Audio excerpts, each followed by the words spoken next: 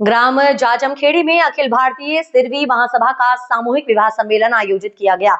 समाज के मीडिया प्रभारी सोहन लाल कांग ने बताया कि आज बसंत पंचमी पर ये आयोजित किया गया है कि अखिल भारतीय सिरवी महासभा का 7वां सामूहिक विवाह सम्मेलन का आयोजन किया गया। सम्मेलन ग्राम जाजमखेड़ी के सिरवी समाज की धर्मशाला में संपन्न हुआ। बसंत पंचमी को प्रातः से ही कार्यक्रमों की शुरुआत हुई, जिसमें गणेश पूजन, मंडप प्रतिष्ठा, प्रीति भोज के बाद समाज के 6 जोड़ों का शुभ विवाह दोपहर में विधि विधान से संपन्न हुआ। सम्मेलन में कुक्षी, मनावर और गंधवानी तहसील के विवाह योग्य जोड़े शामिल हुए। अखिल भारतीय सिरवी महासभा जिलाधार निमाड़ ने इस विवाह सम्मेलन में गणमान्य नागरिकों और पत्रकारों ने भाग लिया। इस अवसर पर चंचल पाटीदार, प्रांतीय अध्यक्ष कांतिलाल पाटीदार, विधायक डॉक्टर हीरालाल अलावा, संगठन जिलाध्यक्ष विक्रम चोयल, महामंत्री नारायण काग आदि थे। इस अवसर पर अखिल भारतीय सिरवी समाज द्वारा सामूहिक विवाह में जोड़ों को पलंग, बिस्तर, गैस, चूल्हा, बर्तन आदि दायजा दिया। दुल्हन के परिजनों ने रीति रिवाज से विदाई दी। आज यह सामूहिक विवाह किस कारण किया जाए? आज अखिल भारतीय सिरवी महासभा जोर से निमाड़ जिलाधार के मनावत से कुक्षी और गंधवानी तहसील को मिलाकर सिरवी समाज के लिए सामूहिक विवाह का आयोजन किया गया ग्राम जाजमखेड़ी में, जहां पर बसंत पंचमी के पावन पर्व पर 6 नव युगल दंपतियों ने सामूहिक विवाह में सहभागिता करी और समाज में मितव्ययिता को लेकर संदेश दिया।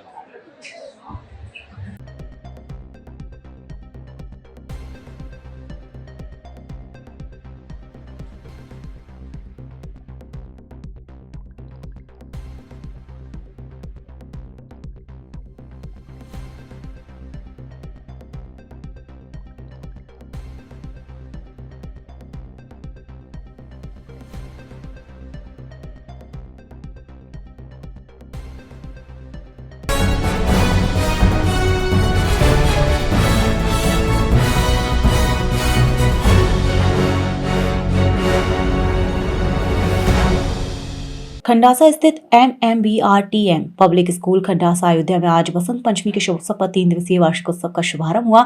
आज पहले दिन विद्यालय में अखंड रामचरितमानस का पाठ प्रारंभ हुआ और विद्यालय के छात्रों द्वारा मां मूर्तिहर भवानी मंदिर पर रंगोली प्रतियोगिता में भाग लेकर सुंदर रंगोलियां बनाई गई। विद्यालय के संचालक राहुल मिश्र एवं संस्थापक जगत नारायण मिश्र ने बसंत पंचमी के शुभ अवसर पर मां सरस्वती की पूजा कर समस्त छात्र छात्रों उपस्थित गणमान्य अभिभावकों को मिष्ठान वितरित कर मुंह मीठा करवाया। प्रधानाचार्य संदीप मिश्र ने समस्त विद्यालय स्टाफ और पधारे सभी गणमान्य लोगों का आभार प्रकट करते हुए धन्यवाद दिया।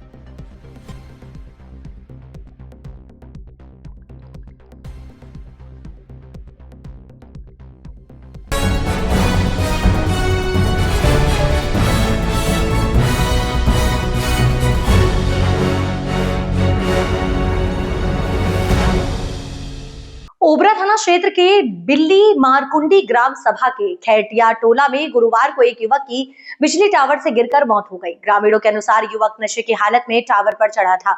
बताया जा रहा है कि टावर पर चढ़ने के दौरान उसकी पकड़ कमजोर पड़ गई, जिससे वहां नीचे गिर गया। युवक मुंह के बल गिरा और मौके पर ही उसकी मौत हो गई। इस घटना से इलाके में हड़कंप मच गया और मौके पर लोगों की भारी भीड़ उमड़ पड़ी। सूचना मिलते ही स्थानीय पुलिस मौके पर पहुंची। पुलिस ने युवक के शव को कब्जे में लेकर आगे की कार्रवाई में जुट गई है। मृतक की पहचान 37 वर्षीय शंभू यादव पुत्र स्वर्गीय कल्लू यादव निवासी गुरुड़ गोबरा सोनभद्र के रूप में हुई। मिली जानकारी के अनुसार शंभू जंगल से लकड़ी लेकर बेचने के लिए गांव में रोज आता था।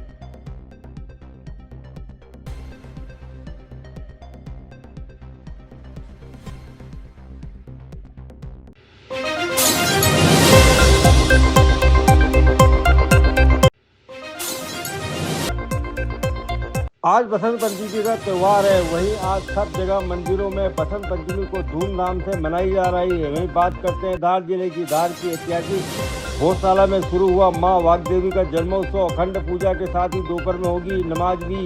चप्पे चप्पे पर पुलिस बल तैनात। धार की ऐतिहासिक गौशाला में आज मां वाग्देवी सरस्वती का जन्मोत्सव बड़े ही धूमधाम के साथ हिंदू मना रहे हैं।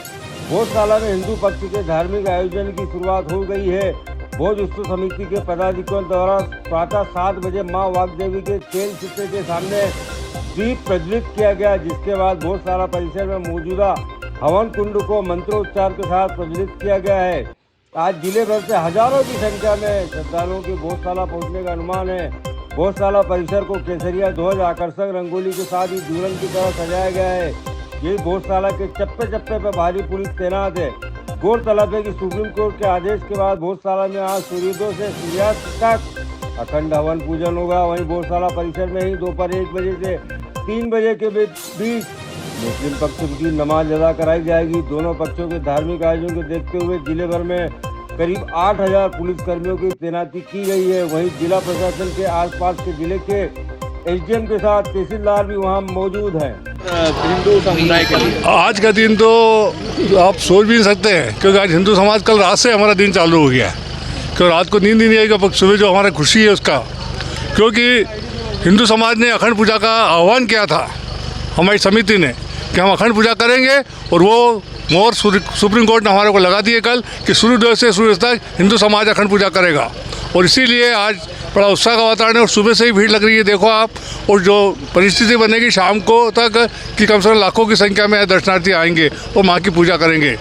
साथ ही हाई कोर्ट में जो रीट पिटीशन थी, जो सर्वे हुआ था, उसकी रिपोर्ट को सार्वजनिक करना थी, पर सुप्रीम कोर्ट से स्टे होने के कारण वो हो न पाई। अब सुप्रीम कोर्ट ने निर्देश दिया है कि हाई कोर्ट उसका तुरंत निराकरण करे। साथ ही जो हमारी माँ वाग्देवी लंदन में कैद है, उसके लिए हमने 2011 में सुब्रह्मण्य स्वामी को लाए थे और लंदन से माँ की मूर्ति वापस लाना चाहते थे। हमारी तरफ से वकील रहे वो, और उन्होंने केस लड़ा। लंदन सरकार हमको मूर्ति देने को तैयार है, पर शर्त है कि पूजा करने के लिए देगी। अब जब सर्वे की रिपोर्ट होगी और जब सारी परिस्थितियाँ बनेगी तो मेरा विश्वास है कि 2029 तक हमारा भव्य मंदिर बनेगा। जय श्री राम। जो है नमाज पढ़ने के लिए भी जो है अंदर नियत स्थान तय किया गया है। 1 बजे से 3 बजे तक नमाज भी अदा होगी। उसके लिए जो आपको पता है कितनी संख्या में आने वाला और स्थान क्या है, और चूँकि पूजा भी अंदर ही चलेगी। जहाँ अखंड पूजा होती है, हवन होती है, वो आरती होती है, वहाँ नमाज नहीं होती है।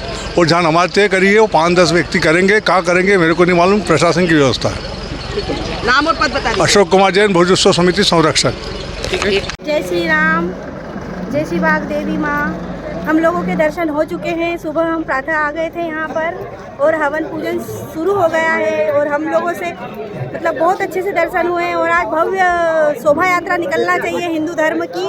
जय श्री राम, जय श्री राम, जय श्री राम। आपका नाम बताओ। मेरा नाम है जागृति संतोष ठाकुर।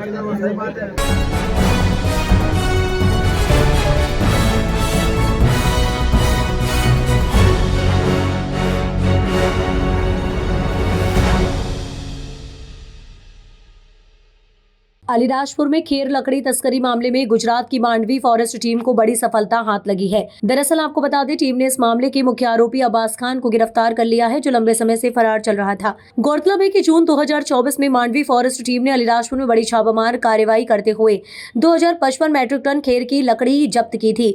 जाँच में सामने आया था कि खेर लकड़ी की तस्करी से मिलने वाली रकम का इस्तेमाल देश विरोधी गतिविधियों में किया जा रहा था, जिसकी जाँच परिवर्तन निदेशालय भी कर रही है। गिरफ्तारी के बाद पूछताछ में अब्बास खान ने खुलासा किया कि खेर लकड़ी तस्करी से मिलने वाला पैसा गुजरात के वापी स्थित हवाला व्यापारी आर कांतिलाल के माध्यम से प्राप्त होता था। इस इनपुट के आधार पर मांडवी फॉरेस्ट टीम ने वापी में कार्रवाई करते हुए आर कांतिलाल के ठिकाने से अब्बास खान के 26,49,000 रुपए नगद जब्त किए हैं। जांच एजेंसियों के अनुसार पिछले 3 महीनों में करीब 3,87,00,000 रुपए का हवाला लेन देन अब्बास खान द्वारा किया गया है। मामले में आगे और बड़े खुलासे होने की संभावना जताई जा रही है।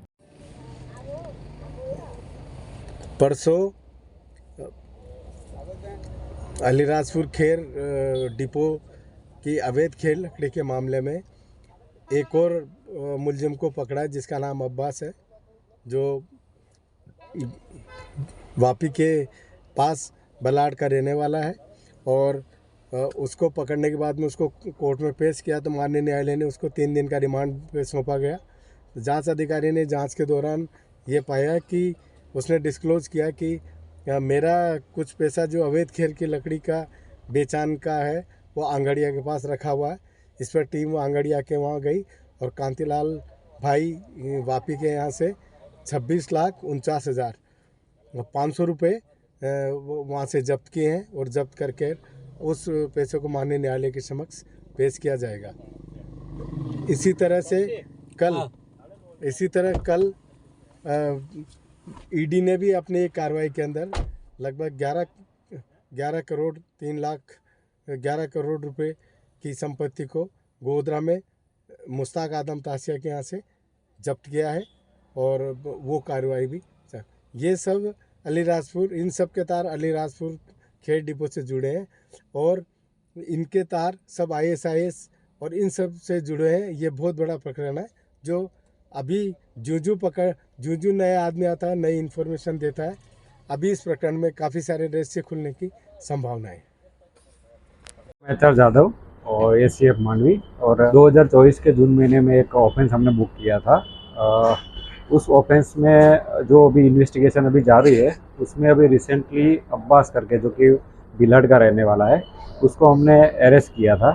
तो अरेस्ट करके हमने कोर्ट में प्रोडक्शन किया तो 3 दिन का हमको रिमांड मिला और उसके पास से जो हमको एविडेंस मिला उसके बेस पे हमने अभी ये वापी के जो आर कांतिलाल आंगड़िया पेटी है उसमें हमने जो ट्रांजैक्शन और रिकॉर्ड सब चेक किया तो अभी तक उसने टोटल 3,87,00,000 का ट्रांजैक्शन उसका हुआ था जो कि उपयोग होने वाला था कि भाई खैर तस्करी के जो आर्थिक लाभ जो गैर कायदेसर थे वो ले रहा था। तो उसमें से हमने अभी टोटल 26,49,500 रुपये अभी हमने रिकवर किए हैं। आरोपी इन्वॉल्व थे और अब तक क्या कार्रवाई की गई? अभी तक तकरीबन 7 से 8 आरोपी हमने अभी अरेस्ट किए हैं और अभी उसके इन्वेस्टिगेशन चालू है। जो भी आरोपी आगे लिस्ट होगा और जिसका भी नाम आएगा उसको हम अरेस्ट करेंगे और इन्वेस्टिगेशन भी। सर किस तरह से चलता था ये पूरा रहते? उसमें वो अलग अलग राज्य से भारत में मतलब महाराष्ट्र, गुजरात, MP, कर्नाटक, तेलंगाना, राजस्थान, हरियाणा, पंजाब, दिल्ली, ये सब भारत में जो अलग स्टेट और यूनियन टेरिटरी है उसमें ये लोगों का नेक्सस फैला हुआ था और इलीगली ये लोग खैर जो कि प्रतिबंधित है, रिजर्व ट्री है, उसका खैर का लकड़ा जो कि काथा में उपयोग होता है वो मतलब अलग अलग जगह से काट के इलीगल तरीके से इकट्ठा करके अलग अलग काथा फैक्ट्री में वो बेचते थे और उसका जो बेनिफिट होता है वो मतलब पैसे उससे इलीगली से लेते थे।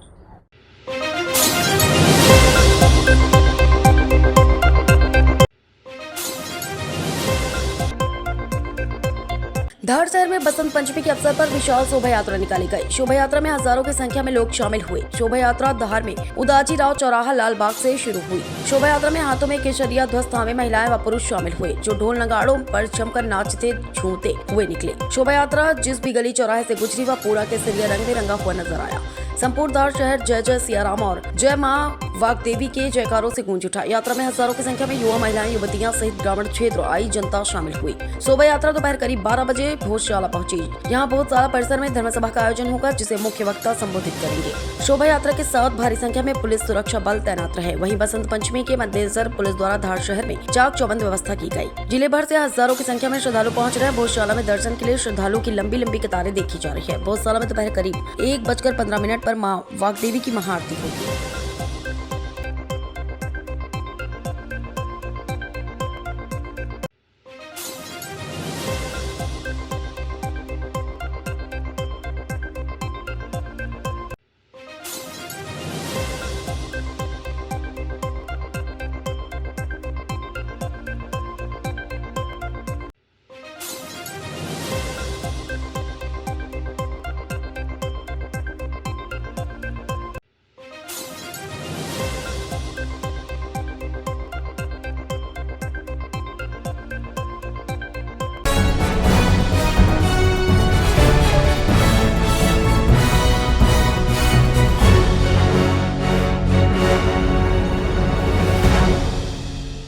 आज रात को उज्जैन की तराना तहसील में 2 पक्षों के बीच विवाद हो गया।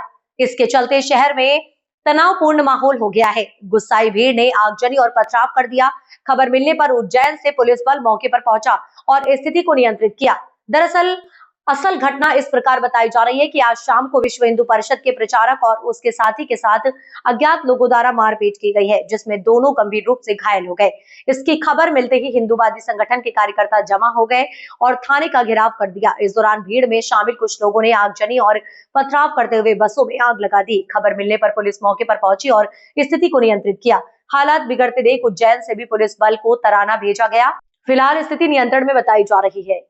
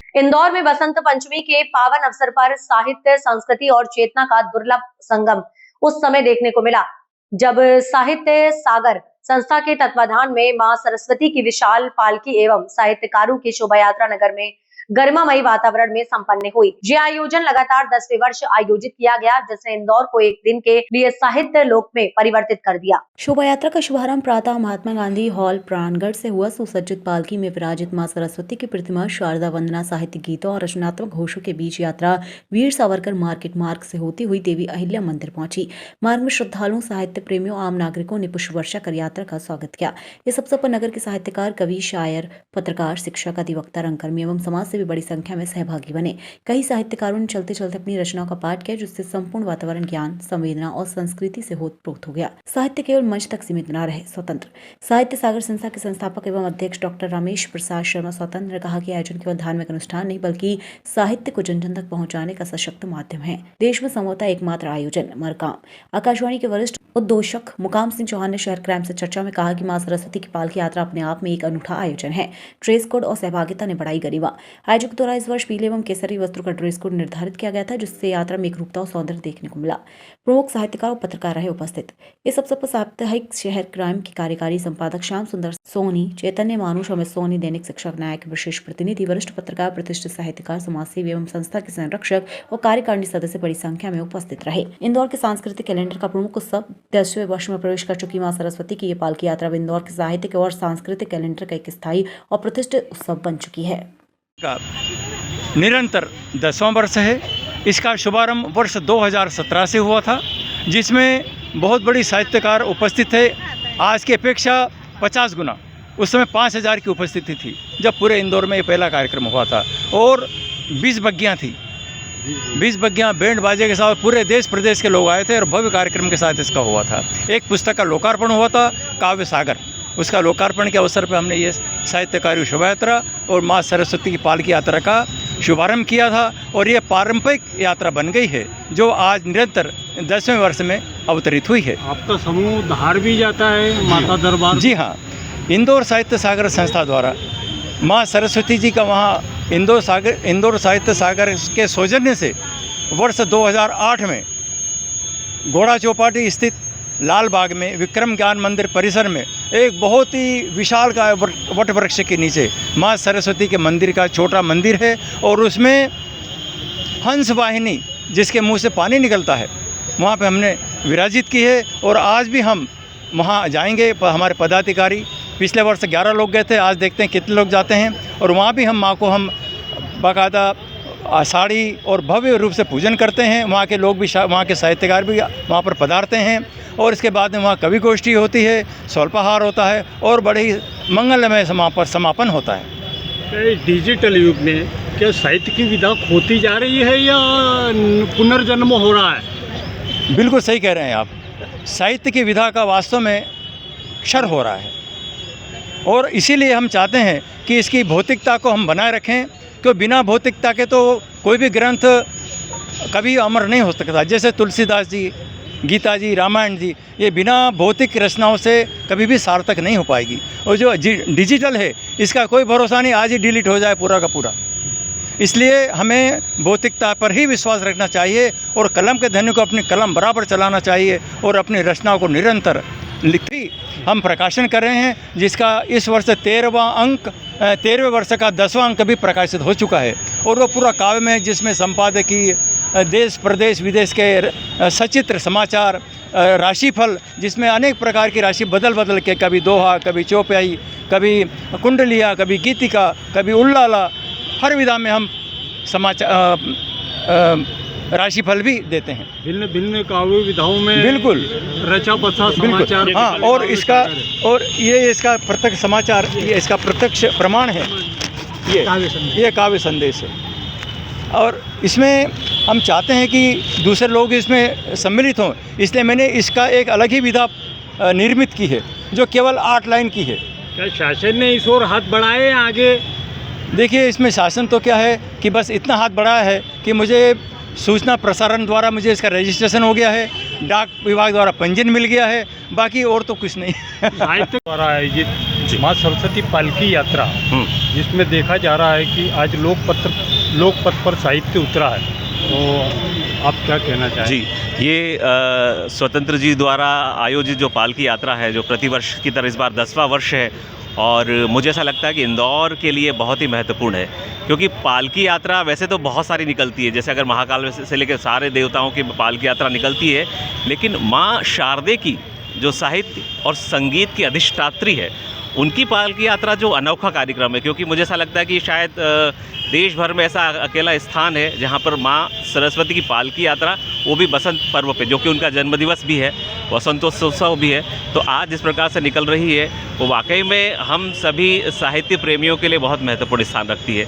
क्योंकि जिस प्रकार से एक संदेश जाता है कि माँ शारदा ज्ञान, संगीत और हम सब की बौद्धिक विकास के लिए बहुत महत्वपूर्ण होता है, और जिस प्रकार से उन्होंने 10 साल लगातार प्रयास किया है स्वतंत्र जी ने, तो ये कहीं ना कहीं बहुत महत्वपूर्ण है। और उन्होंने इसके माध्यम से इंदौर ही नहीं बल्कि मध्य प्रदेश के बहुत सारे साहित्य प्रेमियों को, साहित्य जो सृजन धर्मी है, उनको जोड़ा है, और उसमें साथ साथ में एक संदेश दिया है कि जो है साहित्यकारों का भी देश के विकास में बहुत महत्वपूर्ण है। साहित्य के साथ साथ तो है, सृजनात्मक क्षेत्र में भी साहित्यकारों का बहुत बड़ा स्थान है। तो इसलिए मैं तो स्वतंत्र जी को बहुत बहुत धन्यवाद देता हूं, और आप सभी से भी अनुरोध करता हूं कि इस प्रकार का जो आयोजन हो रहा है वो प्रतिवर्ष इसी तरह से निरंतर होता रहे, और हम जैसे सभी लोग जो है, चाहे मीडिया के प्रेमी हो, चाहे साहित्य के प्रेमी हो, चाहे गणमान्य नागरिक हो, वो सभी इससे जुड़े रहे। क्या डिजिटल युग में जी ये खोती हुई विधा को नई चेतना मिलेगी? बिल्कुल, चूँकि जैसे देखिए, सोशल मीडिया का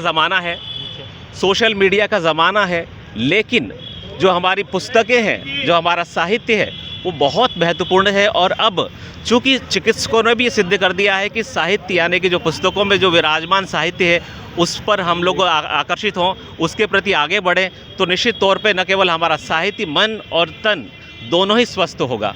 मैं मुकाम सिंह चौहान, आकाशवाणी इंदौर से वरिष्ठ उद्घोषक हूं और साहित्य के क्षेत्र से जुड़ा हुआ हूं, तो इसलिए मैं आप सभी से भी अनुरोध करना, चूँकि आप भी हमारे साथी हैं, मीडिया के सभी साथी हैं, तो हम सब जुड़कर इस तरह के जो आयोजन है उसे सफल बनाएं। क्या संस्था द्वारा साहित्य प्रेमियों को एक विशेष मंच देने, आदरणीय स्वतंत्र जी द्वारा एवं सभी वरिष्ठ साहित्य प्रेमीजनों द्वारा इस मंच को उत्साहित और ऊर्जा का माध्यम बनाया जा रहा है। 10वें वर्ष में यह पालकी यात्रा का आयोजन साहित्य को लोकपथ पर जगमग करते हुए देखता है। मैं आदरणीय सभी महानुभावों का हृदय से आभार व्यक्त करता हूँ कि आज की यह शोभा यात्रा यादगार रहे और आने वाले समय में हम अपने समूह को बढ़ता हुआ देखें